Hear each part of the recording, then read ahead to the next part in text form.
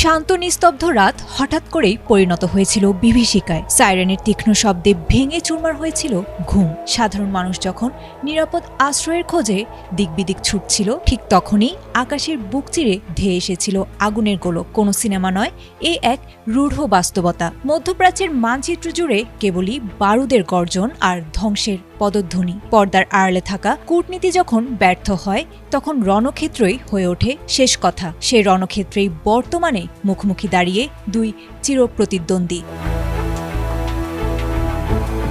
Iran ও ইসরায়েলের মধ্যকার উত্তেজনা আর সীমাবদ্ধ নেই কেবল হুমকি ধমকির মধ্যে। তেহরানের অপারেশন ট্রু প্রমিস 4 যেন পাল্টে দিয়েছে সকল হিসাব নিকেশ।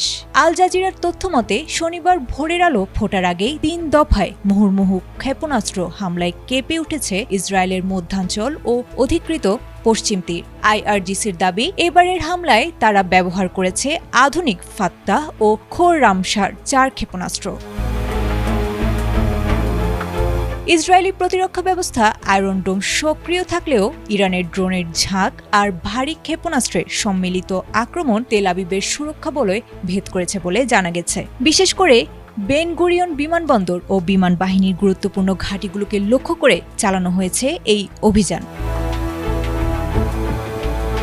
অন্যদিকে ইসরায়েল ও যুক্তরাষ্ট্রের পাল্টা হামলায় চলেছে তেহরানের মেহেরবাদ বিমানবন্দর। স্যাটেলাইট চিত্রে দেখা গেছে ধ্বংসস্তূপ আর ধোঁয়ার কুণ্ডলী। মার্কিন সেন্ট্রাল কমান্ডের দাবি, 1 সপ্তাহে ইরানের 43টি যুদ্ধজাহাজ ধ্বংস করা হয়েছে। তবে ইরান বলেছে তারা এখনও তাদের মূল অস্ত্র ভাণ্ডার স্পর্শই করেনি। 1 দশকের পুরনো প্রযুক্তিতেই যদি এই অবস্থা হয়, তবে নতুন প্রজন্মের অস্ত্র কি তাণ্ডব চালাবে, সেই শঙ্কায় বর্তমান বিশ্বনেতারা।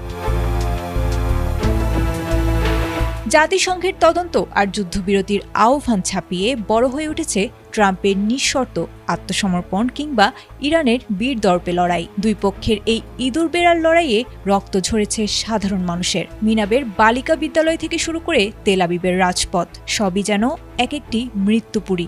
মধ্যপ্রাচ্যের এই আগ্নেয়গিরি শেষ পর্যন্ত পৃথিবীকে কোন মহাপ্রলয়ের দিকে নিয়ে যায়, এখন সেটি দেখার বিষয়। আয়েশা আক্তার, এটিএন বাংলা।